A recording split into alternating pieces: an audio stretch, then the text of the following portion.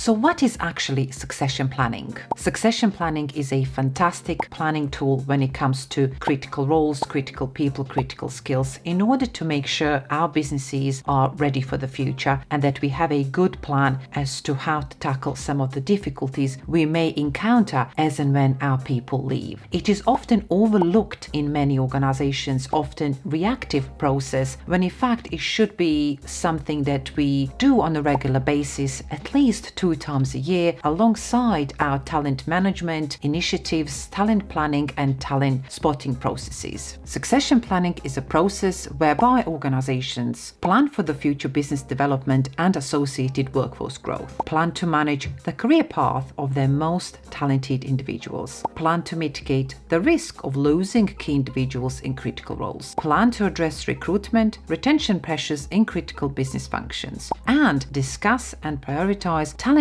risks and skills that have an impact on the delivery of business strategies. You can find a lot more information and detail in my own succession planning toolkit that I created for us, and you can download it from our digital store. By the end of any succession planning process, we should be able to identify the following: specific business or departmental areas where recruitment or retention is particularly difficult, new business areas where we have limited corporate capability, business or departmental areas where current capability is deemed to be poor. Within each business area or department, the known risks, the action plan to mitigate the risk, and plan review schedule, talent and development pools and plans, and finally assessment summaries by employees to form the basis of an effective personal development plan. In terms of succession planning process and who needs to be included, in my own experience, it may look like this. For us who are HR business partners, we definitely need to start from working with heads of department or function directors or sometimes executive leads. It's important that in our conversations with them, we establish a list of critical roles and critical people where succession planning will add value. Not all roles will require to have a succession plan in place. It's also important to differentiate between critical roles and critical people. Sometimes we will have a list of critical roles, and by default, certain people in these critical roles will also become critical people. However, in my own experience, it is also possible to have a number of critical people in non-critical roles. And this tends to happen quite often in large organizations where over time they acquire certain knowledge and experience that becomes quite unique, that not many people would have in that particular team or department or across the organization. In my own experience, it's important to start with critical roles and people who are in these critical roles before you start discussing critical people in non-critical roles. The following step is to start creating succession plan, and in my toolkit you can find a copy of a succession planning template. Once you've populated your succession plan template and you've gone through critical roles and you've talked about potential successors, the next step is to define a clear action plan which would have to be put in place in order for you to feel satisfied you have a good plan should any of these people in critical roles move on. And final step is to review it every 6 months. A typical succession plan template usually looks like this in my own experience. It is important to start with listing relevant positions that we deem as critical roles for the purposes of this exercise. In each critical role or critical position, there would be a relevant post holder. The following section focuses on risk of loss. Is it low? Is it medium, or is it high that this individual, that this person, this post holder would move on and leave our organization or our team at some point? The following question is about difficulty of replacement. Is it easy to replace them or not? So a simple yes or no answer is going to be relevant for this section.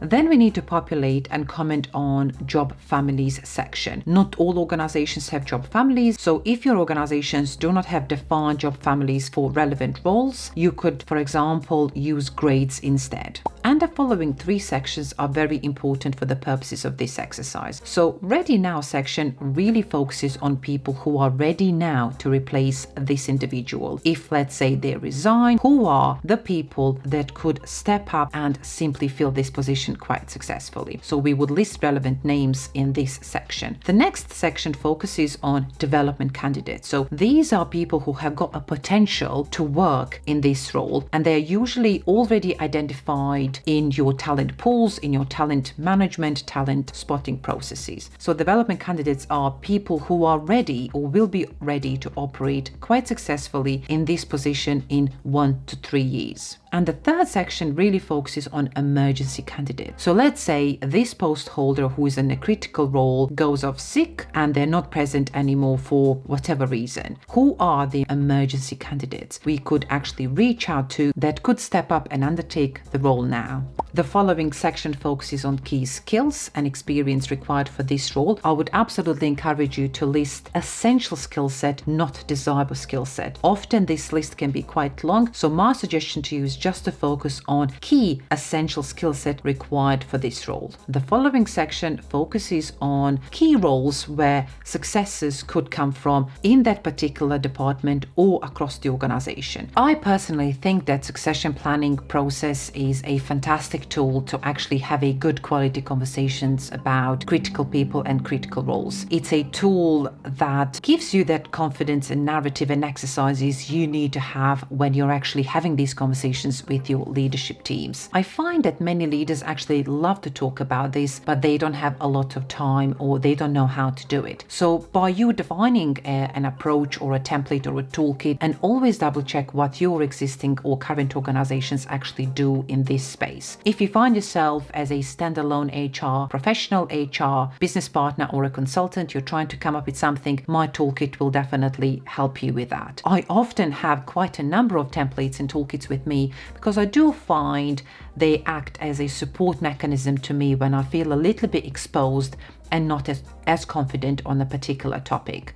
In my own experience, succession planning tends to be done alongside talent management processes or framework. So in a talent management process or well-established process, if you like, there would be something called a 9-grid box. And in that 9-grid box, your potential talent, superstars, future leaders would be mapped against. And that's definitely a separate video, but I do have a talent management framework toolkit as well that you can download and explore further. So in my experience, both tend to be done together at the same time, and you can do it as often as you need to have it. I find every 6 months is more than enough, but if you are noticing there is quite a lot of churn, as in quite a lot of attrition in a particular department or a particular organization, you may wish to do this more frequently. Bottom line is that your departments, our organizations really can't move forward and can't deliver on their business strategies if they don't have these key positions filled. That's it for this video. If you have liked this video, you can watch many other similar videos on my channel. So I'll see you shortly. Bye for now.